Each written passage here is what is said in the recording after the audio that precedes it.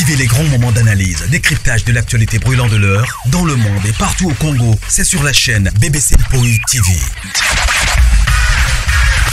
Toutes les vérités sur fond d'analyse, décryptage, sans langue de bois. Sur BBC Mpoï TV, on passe au peigne fin, l'actualité brûlante de l'heure. Nous sommes fiers d'être Congolais, nous sommes fiers d'être Africains. Construisons ensemble une bonne société pour nous et pour nos enfants. Tous à la fière, Yakozala Congolais. Tous à la fière, Yakozala Africain. Tous à la na Bomoko, Poto Tonga Mboka, Pona Biso, Nabana Nabiso. Belleville TV a fêté 7 ans d'existence nango. Et vous allez voir na showbiz mokolo le 29 mars. Baptiste batanenge na ndenge. Er yango yo wele la somba bien na po ba surprise kozala yele.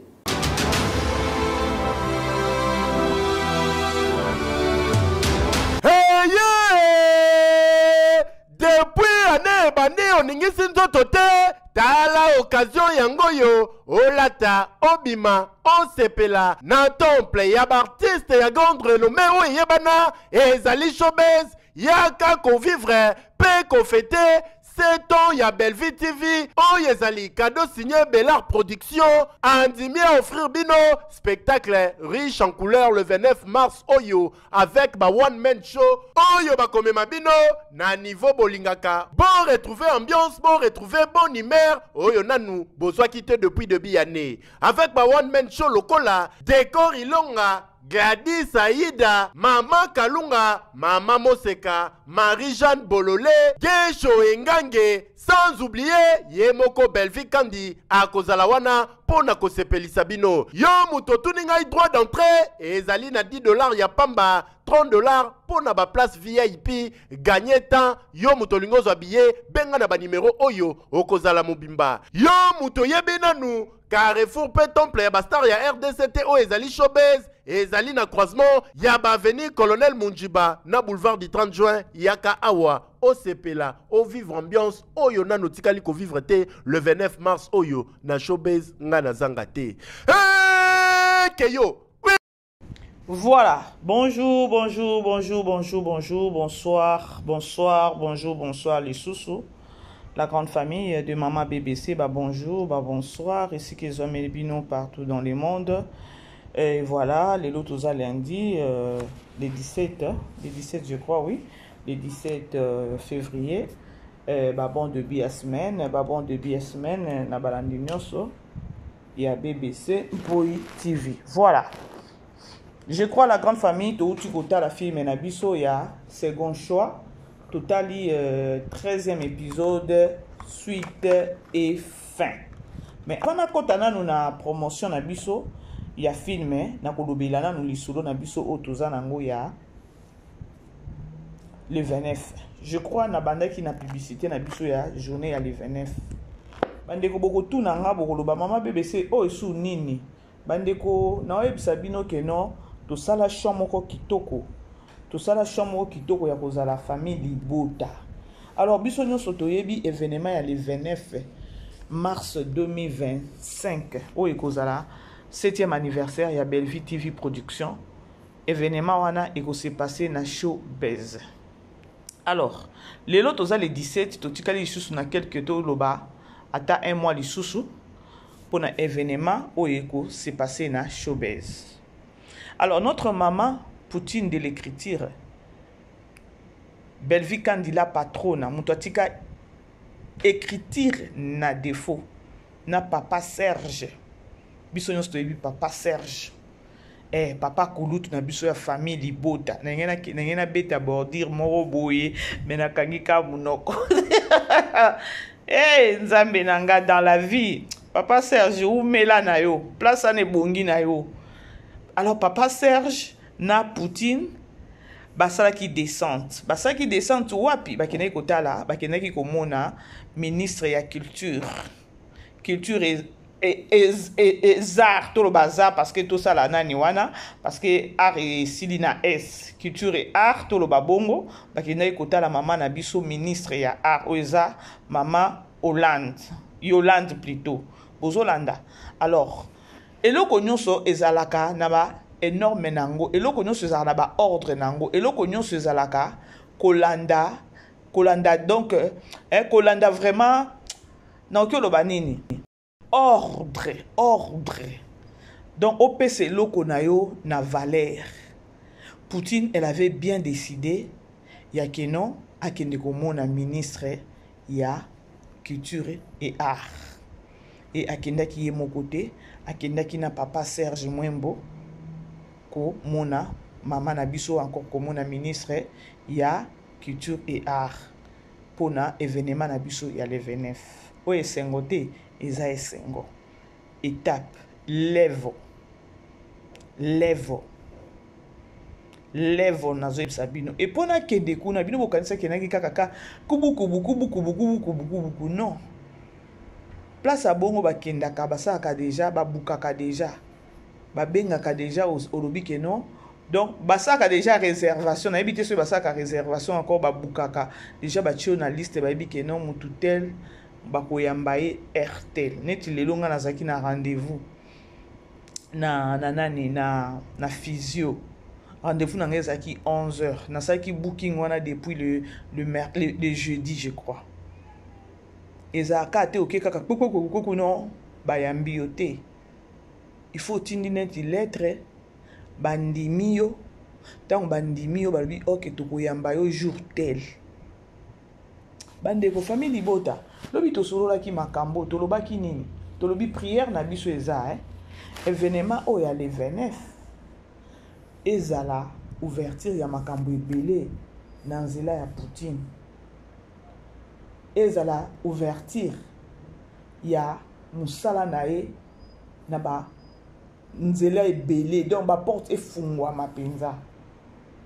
Alors c'était donc ezelo comme kotango batindeli biso vide nani ba photo oyo et on nous a informé que non aujourd'hui elle a été reçue et pas nani et pas ministre ya culture et art akenaki ko informer parce que normalement ezalaka bongo to mona ki ata na stade tango nani pasteur Moïse nani pasteur qui pasteur Mike asala ki fulwana il y a eu de mort mais toyoka ki fuite bima qui soit disant que non bakenaki ko reporter na police té parce que il fallait bakende ko reporter pe na police ou encore ceux qui na ministère ceux qui a nini pona boy ceux qui a droit de l'homme ceux qui ndenge nini ou peut-être il fallait batinda ba garde makamoko bongo. Alors Poutine loko aza mutu moko asala ka makambu na ye na mayele ebele aolinga akota na lignée moko aosa makambu na ye ya désordre té. Ayebi que non, na showbiz, il y aura beaucoup de gens, batu bako zala. Aza pe na besoin peut-être ya sécurité, ya nini, ya gouvernement. Quelque part, là, ezanga onga nazo réfléchir. Normalement, eza bongo. Aza artiste, aza star ya munene, bandeko, bisonde to mona ka Poutine kara bongo muke. Ou encore peut-être na yé moko na ebité so ka yeba apé grandeur na yé.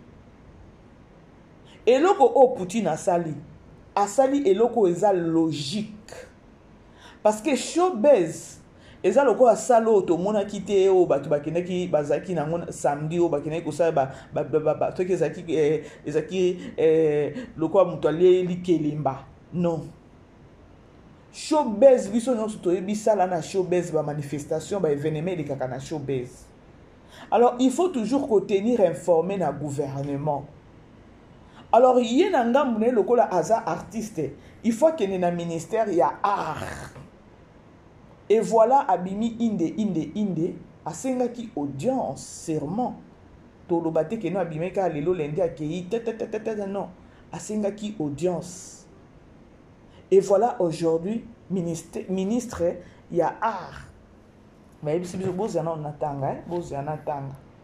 Balobi, le 29 mars 2025, Kinshasa accueillera un spectacle inédit. Bozolanda, le 29 mars 2025, Kinshasa accueillera un spectacle inédit. Orchestré par Bellevue TV et Bella Productions, à travers le théâtre et l'humour.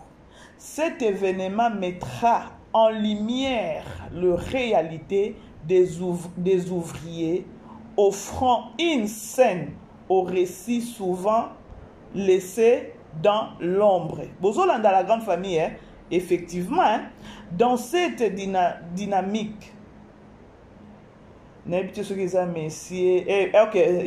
dans cette dynamique, M. Serge Mwembo et Madame Belvi Kandi, représentants du projet, ont rencontré la ministre de la Culture et Arts et Patrimoine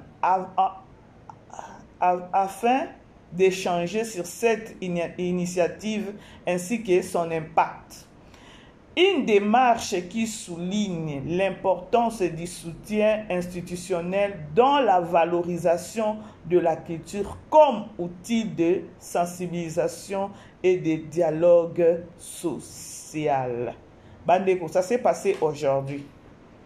Ça s'est passé aujourd'hui. Les lots de Bayamba qui notre maman, notre Poutine et pas ministre. Ministre ya art. Ayambeli biso mama. Ayambeli biso mama na loyengete. Événement o ezo le kabandeko. C'est par là vous allez vite comprendre que non. Salwana ya showbiz. Eza sal moko te que non, vous allez vous dire que non, eza sal moko mike o le quoi que non boya kosala que non, muto ali likelemba. Na likelemba. Boya na osomela bino ba secret bokolia, moi soso akotumba, moi ntaba kotumba. Non. Showbiz. Il faut zo sala événement kuna. Make show gouvernement et yeba parce que ils ont déjà salé, ils ont plus de 500 personnes, ils ont déjà risqué. Alors il faut gouvernement et zala au courant. Il y a koloba que non, ils ont la salle moko boye lelo ou encore le 29 et kozala na nombre moko boye abatu ba kozala wana. Il faut sécurité zala wana. Yango na yebisa ki bino bandeko bomoni événement o soki bino boko kendete lobaka ba biso ba msuso toza libanda mboka mais tokotinda bandeko o ba oke okota tokotinda bandeko événement wana je vous dis la grande famille il y aura des surprises moko hey botaka da bino moko ka flash bakena yemo na ke na mona ministre ake ko mona ministre bino batona boyaka kofinga Belvi bino batona boyaka bomoni niveau bomoni place botindiki Poutine bino batona boyaka kokitisa Poutine bomoni place bokomisie bino batona bokanisa ka sepeneni bomoni place bozo finga bozo ninga ko déstabiliser bino batona bolobaka campagne de déstabilisation na obenda bino ka matoi na ozongisa ka bitsansa ki bomoto na bino bomoni niveau soki nga nazaki na kana bino na kosilama bomoni na osilama na ozala sapato na nga na longoli na zwa ngo na tie na sama peka na zwi saki na nga na simbi yango penza boye na mikendeli ka kimia nie. Combien des années vous avez insulté Poutine? Combien des années vous avez ma campagne de déstabilisation? Samedi bobimisi petit na ebité soki bobenga ngo nini o bochaki soki ya 150 000 bokomi bien na lettre bokomi bien na chiffre 150 000 mais na lettre boki ko koma 105 bino nanani bino na mutute depuis bobandaki Tokyo lo bakeno depuis SB bandaki vous avez fêté 5 ans 5 ans wana eza na Tokyo lo bakeno ndeba année ya insulte. Il y a Belvi au bofingi Belvi parce que depuis kaka nani SB et Botama de ba insulte banda. C'est-à-dire que non 5 ans il y a insulte. 5 ans bolinga ko déstabiliser mutu. Bande ko bomoni oh non tout d'abord dirte. Non linga ka ko faire réfléchir bino. Non linga ka ko faire réfléchir bino ya koloba ke non. Parfois pe ma finga na bino. Parfois pe ba campagne na bino ya déstabilisation. Et Tindaki Poutine a réfléchir plus loin. Peut-être Poutine azaki mutumoko ya azaki peut-être na ba limitation moko boye na musala na azalaki. Mais plus ya mafinga na bino, plus ya ba campagne ya ba déstabilisation na bino, plus ya ba complot na bino, plus ya ba makita na bino. Et ça là yé que non à réfléchir plus loin. Et voilà aujourd'hui. Lelo akutani na ministre ya culture et art pour anini parce que azan événement moko boye événement wana akoki kokota na kati événement akoki kosala événement wana te sans pour autant koleka na gouvernement na komona nani ministre ya culture et art akoki osala ngo te ezalaka te non tu koyebisa bino ezalaka te parce que nombre déjà ya bato o eza bakokota na kati wana eza nombre moko déjà que non eza na risque. Il faut l'État eyeba. Ce que vous imaginez, lelo peut-être na pourquoi. Lobi boko bima boko finga makolo poussière yewana kutani na ministre ya culture et art. Makolo poussière akutani na ministre. Non, ça fait mal. Bande ko boyebita on oloba boye, na oyo kana mutema passe olondre na ma miso elingo kitanga. Mais ma miso wana eza esengo. Ya koloba que non, Dieu existe, la justice de Dieu yana. Et là on se za nango nganango. Et akuti eze lokote, o eze bandeli. O eze bandeli. Ba o ba kota ki na life na biso ya lobby. To loba ki to solo la ki. Et c'est eza soué nanga. Na loba ki ke no Seigneur. Bon moni na 2000 nanani na le 29 mars oyo. 7e anniversaire oyo ya Bellevue Télévision. Ezala ouverture. Il y a Bellevue TV Production. Et à la ouverture, il y a Bellevue TV Production. Azwa ba sponsor. Azwa. Donc, gouvernement, tambo cannabis se reconnaître. Et mbo cannabis se PCAT espace moko. Mbo cannabis se sala se peni pour naye. Non, le bango. Je l'ai dit. C'est par là maintenant, vous allez vite comprendre. Na rappelez bino. Bon, moi, ni makolo poussière, on a bino bofingaka. Yé wana makolo poussière à koutane na ministre. Allez-y comprendre. Nanina lobela binoni. Bomoni mutona bofinga ke non, o soki pe ndenge nini, o boye ye wana. Kaka na ndenge bofinga ka ye, o kaka ndenge tout ce que boloba kana kombo na ye. Mais aujourd'hui Dieu a fait grâce. Akutani na ministre ya culture et art. Attention, ça va. Na osale lango polémique te. Eza ponanga na okoloba ke non, eza témoignage. Ponanga maman BBC na okoloba ke non, eza témoignage. Vous savez parfois, ezalaka ovandi, tu as beaucoup souffert. Tu as beaucoup souffert ou encore au galéré na étape moko boye ou bien ne loko moko boye ozui tane loko wana. Oye bande ko ya ko bima na loko wana te. Mais tu es fort. Nzamba peso ka mayele moko boya lobi keno kene na ngobo kene na ngobo kene na ngobo. Et laissez-moi vous informer que non, si aujourd'hui à ta place au Belleville et là Koti Douana, place à Koti, papa Serge oyo. O bofinga kalibumu.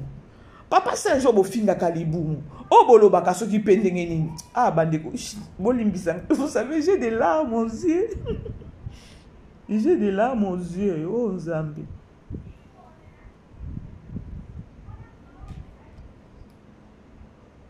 Papa Serge Bofingaka, ye oyo.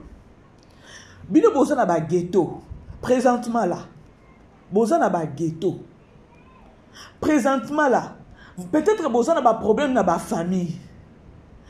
Présentement là ou encore actuellement là. Bozo traverser ba moment moko boye oh bozo e batte ce qui bo aussi sa problème andeni. Mais papa Serge Bofinge butu loko amoyi libumu wana bofinge mabe bofale boye mobali ya ndenge nini boye. Et aujourd'hui nasima kaka ya ndenge bofinga gaza na pembeni ya Bellevue et voilà aujourd'hui papa Serge appelle certains ministres mbote.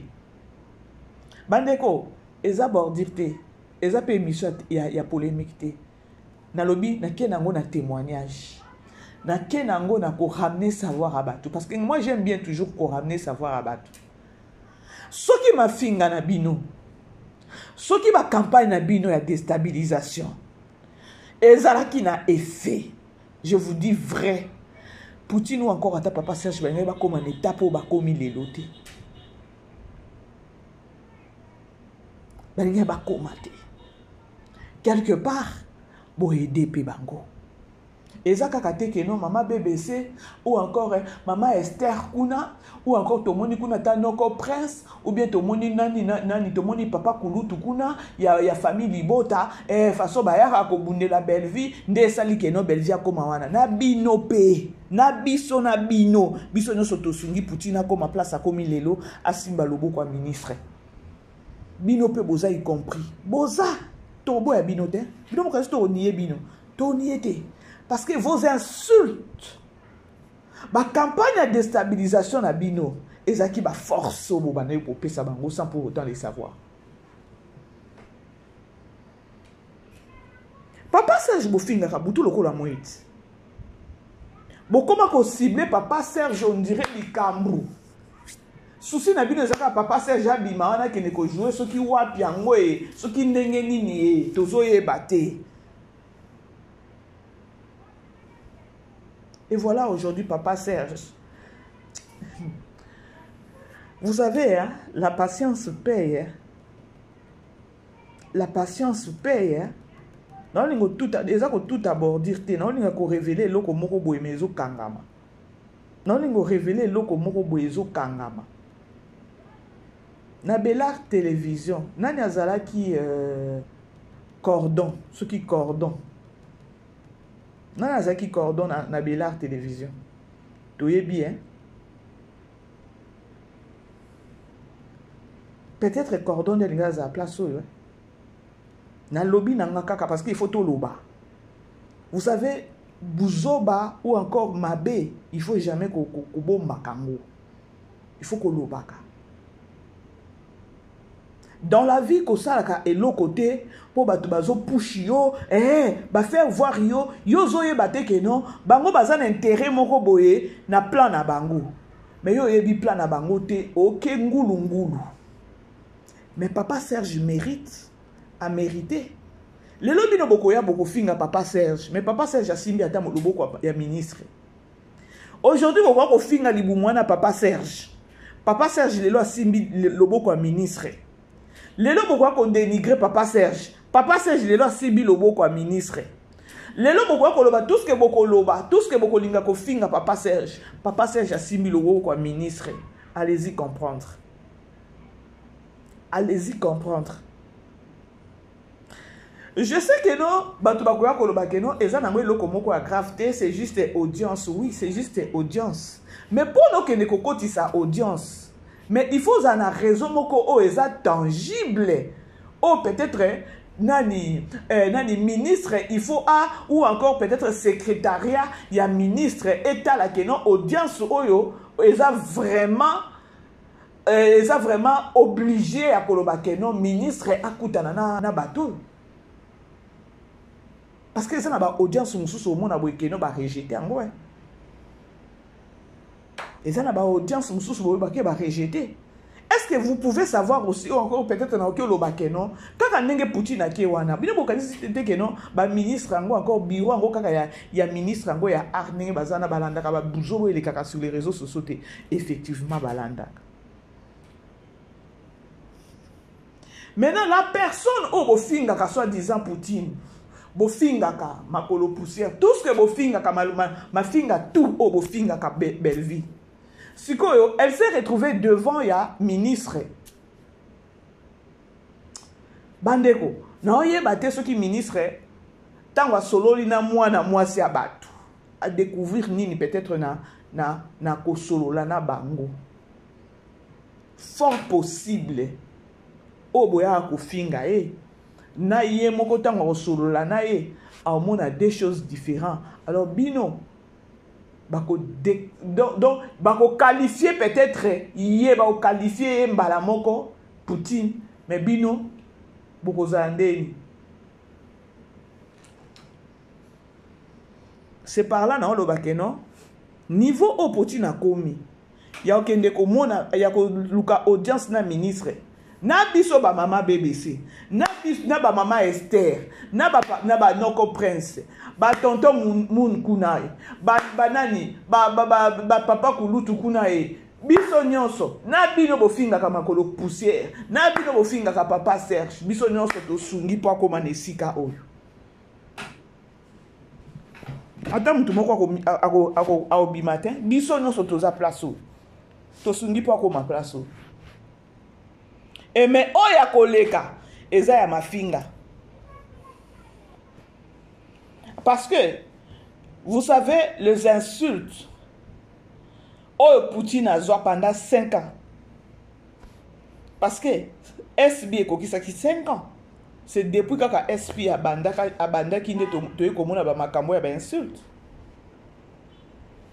5 ans ya mafinga. Mais elle est à féliciter. Na 5 ans on a tant que Poutine a réfléchi ça en côté a raisonné peut-être un jour. Les lois beti kokoko. Bino bokani sata ministre ngwa yebisa kete ke non atala ka ba filmer na yo. Ayebisa ki ete. Bino bokani ministre ko bima ko benga ko ba ke non bébé na belle vie natala ka ba filmer na ote. Occasion pesa meli nege pesa meli wana. Ayebisa yeke non atala ba filmer na. Vous allez on atala dame sous message ici ko tia.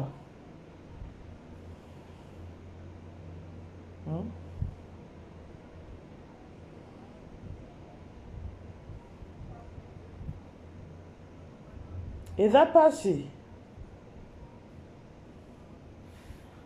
Et ça passe. Bref, la grande famille Likambweza nini Likambweza.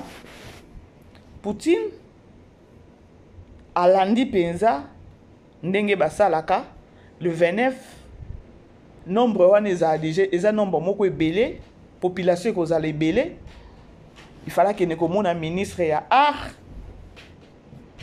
pour na koyebise que non toza na événement na biso boye soki pe bakoluka pe sécurité et voilà gouvernement eyeba que non na showbiz eza na événement moko boye kozala wana bato bofingaka bango wana basimbi loboko ya ministre skobino ti bokendaka kosimbaka bokende kutu bokenda image nini ya ba insulte na soni na soni penza na soni. Bref, la grande famille toti kota la filme na biso ya second choix et Sili. Bravo à Poutine pour un second choix ya filme na biso toti kota la. Ce qui te koloba to loba na filme wana na kolobe belé lobby mais to landana muke eloko moko muke comme ça na lobela bino eloko na linga loba po orataka nga pe kaka mais omoni yo ba jeu oyo bandi wana yo bangisa nga na kima na longwa ndako peut-être spirituellement na nga bongo te mais physiquement yondoza à partir ya lelo o kaka ne na aussi sur le babu ozui o mbona mbona o ya suka donc moi no ya suka o commission ko na suka te na futio o ki ozo biloko na mona ta trace no ati donc o ti kate loko no mo ati poso nga na monio na o ki prison Davina yo kelinga ma ya mabeni na sari yo mama koleka nyonso o yo so bimisela na ebite tala Soir. O sakananga. O lisko kanda na oyo do ba buzoba yo salanga la physiquement. Poni o mona ndesi na kanda pete. Mama nangai na. Do yo traumatisé nga ndaku nanga. Umena mosalo yo mama nangai. Na umena mosalo yo mama nangai. Tani bozala bando. Na bandi mosalo. Ngana to famille. Bano yo babota mina mabako nangai. Yo bangi selanga sur base de quoi? Sur base de quoi yo sai sanga ba jeu. Sur base de quoi nga na vana libala nga mbongo na jurte de yo traumatisé nga na monaka o ele kani boyo ezongi boy. Na nini? Obakindo kinene botala abatu ko nga skitoko be yo ndesi na ndeni. Ya ba loka pe batu mo ba mo genre me lo mo compliqué mo nga na bwaki kabelo be yo ndesi o traumatisé nga na ndeni. Nelo koma kote mama. Yesu na ngai. Bosala ngondeni. Mama nasali yo nini? O bati la ta $200 bafuta kote. Oyebi bato mbongo musu bafuta ba misala combien? Mama na ngai likambo nini ngai nasali yo? O tuna ngai. Nasali yo nini na yiba na yebi na likambo te obe ko bangisa. Expliquer elo yo salinga. Nga na vandi bonnement. Na yo keli na mama Marie-Jeanne Bololé na mawa. Boyebi ke Davina sukisaki nga motema place wana potsa na kota na télévision na zoye penza na nike likofi.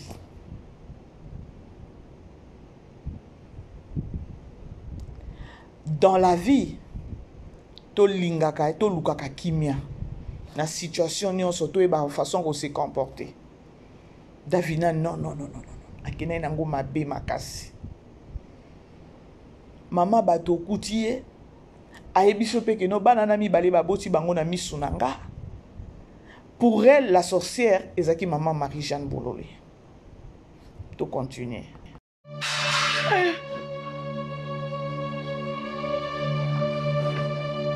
Qui est là?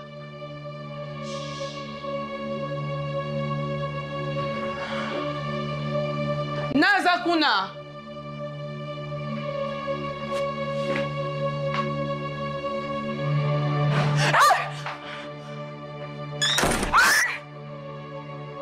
Yesu, nami, Yesu, nami nakufi, pardon, nami nakufi, pardon,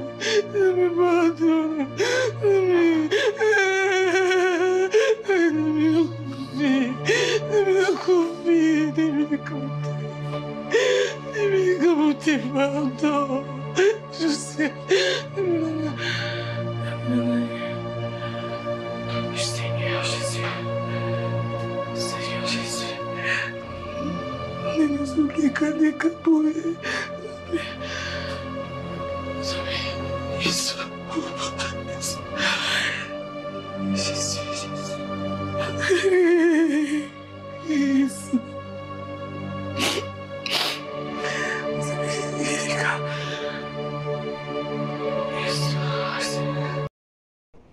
Tala kolela sikoyo.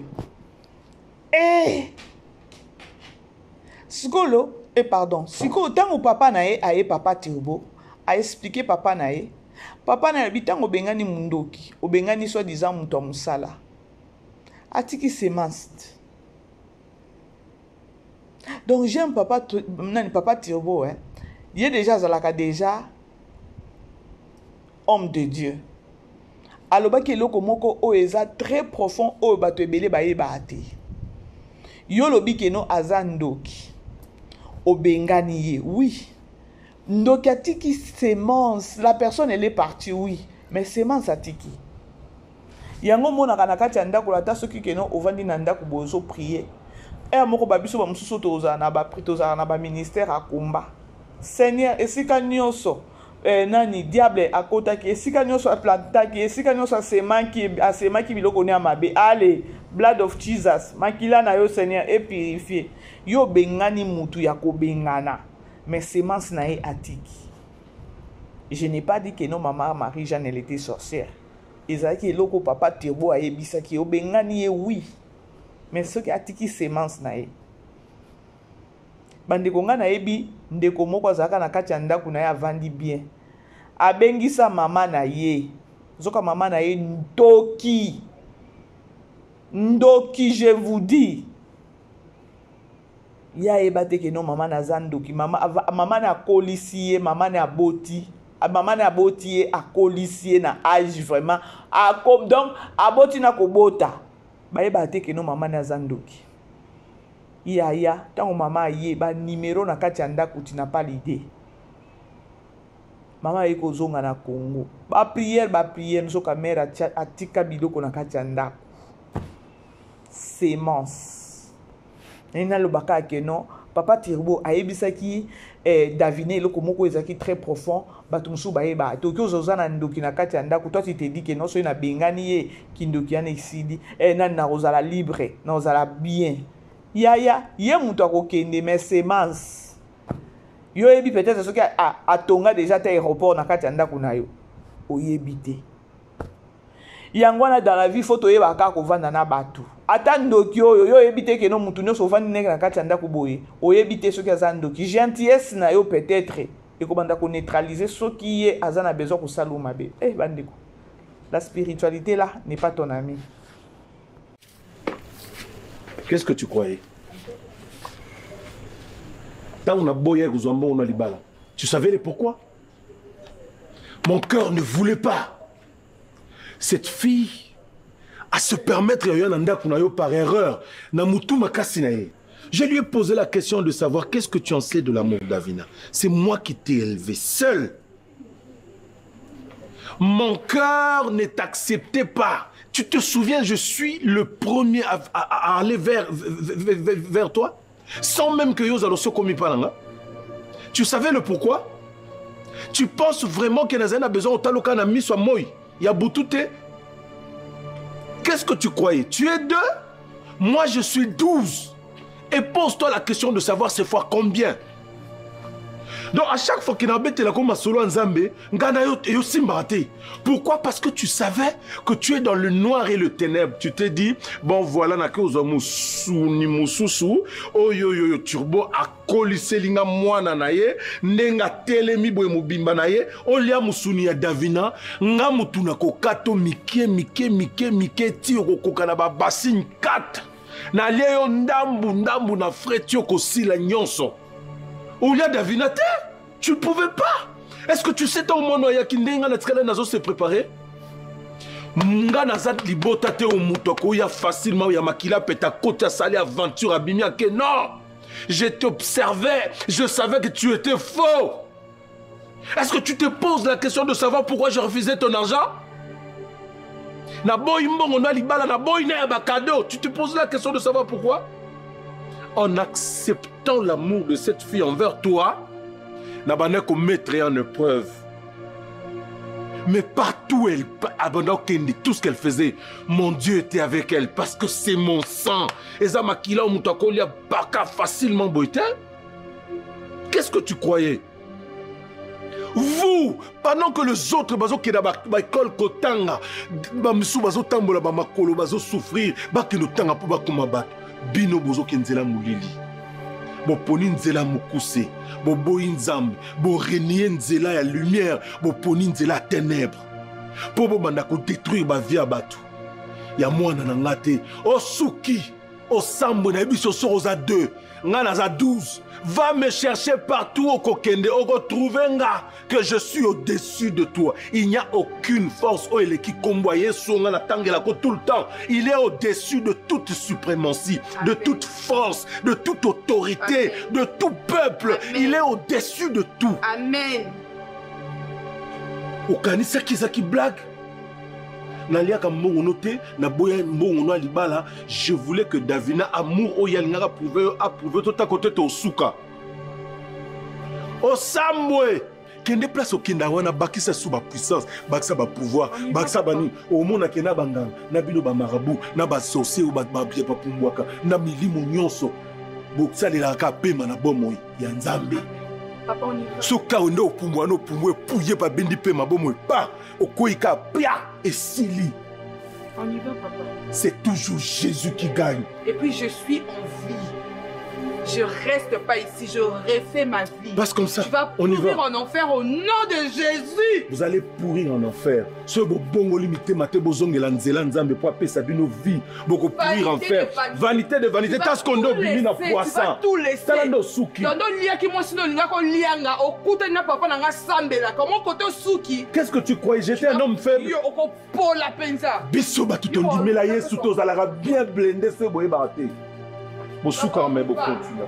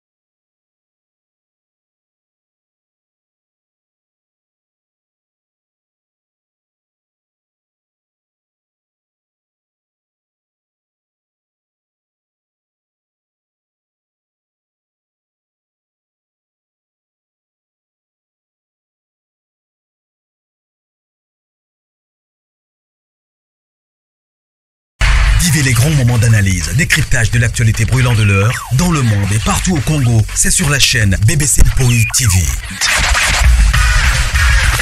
Toutes les vérités sur fond d'analyse, décryptage sans langue de bois. Sur BBC Mpoï TV, on passe au peigne fin, l'actualité brûlant de l'heure. Nous sommes fiers d'être Congolais, nous sommes fiers d'être Africains. Construisons ensemble une bonne société pour nous et pour nos enfants. Tous à la fière, Yakozala Congolais, tous à la fière, Yakozala Africain, tous à la na Bomoko, Poto Tonga Mboka, Pona Biso, na Banda na Biso.